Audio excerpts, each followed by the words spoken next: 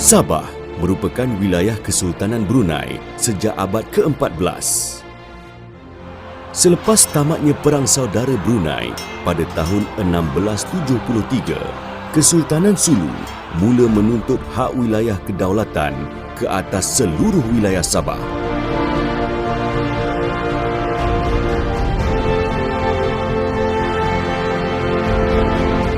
Perebutan takhta Brunei di antara Sultan Abdul Hakul Mubin dan Bendahara Muhyiddin telah menjelmakan peluang dan kesempatan Kesultanan Sulu. Bendahara Muhyiddin telah meminta bantuan perang daripada Sultan Sulu untuk membantunya mengalahkan Sultan Mubin dan menawarkan wilayah Sabah sebagai ganjaran atau hadiah. Bendahara telah berjaya menewaskan Sultan Brunei, tetapi bantuan tentera yang dijanjikan Sultan Sulu tidak pernah tiba ketika serangan itu berlaku. Justru, perjanjian untuk menghadiahkan kepada Sultan Sulu terbatal kerana kegagalan untuk memberi bantuan kepada Bendahara Muhyiddin. Bermula daripada peristiwa ini, Kesultanan Sulu mula menempel dan mewar-warkan bahawa wilayah Sabah telah diserahkan kepada mereka.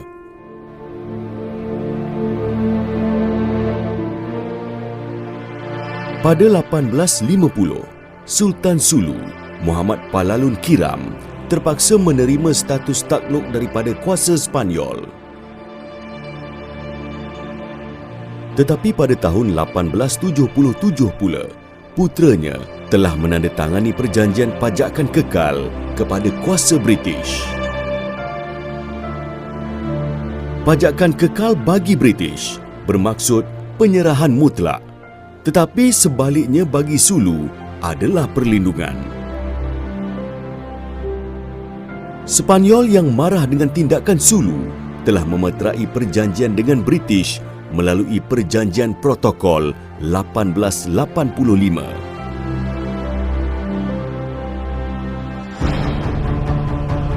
Akhirnya dua kuasa besar ini sepakat bahawa Sepanyol melepaskan hak kedaulatan Kesultanan Sulu kepada British beserta wilayah Sabah. Selepas itu, kuasa Sepanyol mula jatuh dan Filipina diserahkan kepada Amerika Syarikat melalui Perjanjian Paris pada 1898.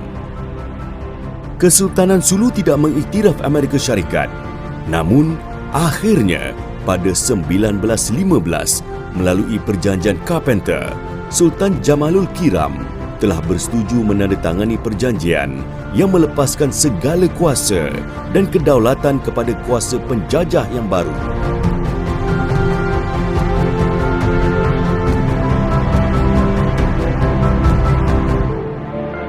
Timbul pula episod seterusnya pada 1930 apabila Sultan Sulu tidak mengiktiraf kuasa British di Sabah yang telah dipajak kekal pada 1877. Namun Amerika Syarikat telah memutuskan bahawa Sabah bukan sebahagian daripada sempadan Filipina. Pada 1935 pula, Presiden Filipina Manuel Quezon tidak mengiktiraf mana-mana pewaris selepas Sultan Jamalul Kiram. Maka Kesultanan Sulu benar-benar terkubur.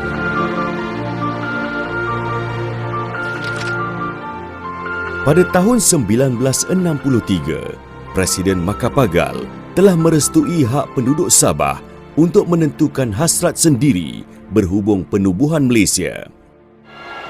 Persidangan penting mengenai Malaysia diadakan di antara pemimpin-pemimpin Melaya dengan jemaah Menteri British. Asas perbincangan ialah laporan Suruhanjaya Kabul. Suruhanjaya Kabul yang memulakan kerjanya dalam bulan Februari 1962 menarik minat ke 55 wilayah. Maksud tugasnya ialah untuk menentukan pendapat orang-orang Sabah dan Sarawak terhadap pembentukan Malaysia itu dan membuat syur-syur yang sewajarnya. Suruhanjaya Kabul bertarikh 1 Ogos 1962 telah mengesahkan rakyat Sabah menyokong penubuhan Malaysia. Kemudian laporan misi PBB pada 1963 juga mengesahkan hasrat tersebut. Maka secara rasmi, Sabah menjadi sebahagian daripada Malaysia.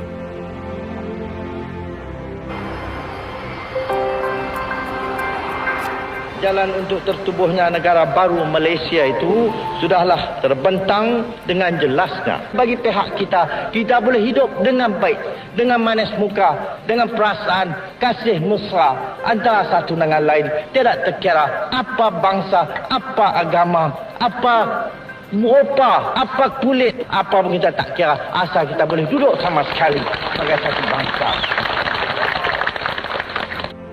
Hidup Malaysia! Hidup Malaysia! Merdeka Malaysia! Peristiwa serangan Lahad Datu pada 9 Februari 2013 oleh sekumpulan gerila askar diraja Kesultanan Sulu nekat mengangkat senjata menuntut Sabah yang diketuai oleh Sultan Jamalul Kiram III. Beberapa siri rundingan kemudian mengambil tempat. Segalanya nyata hampa apabila kumpulan itu berkeras enggan berundur ke negara asal. Arahan serah diri juga tidak dilayan. Ini memaksa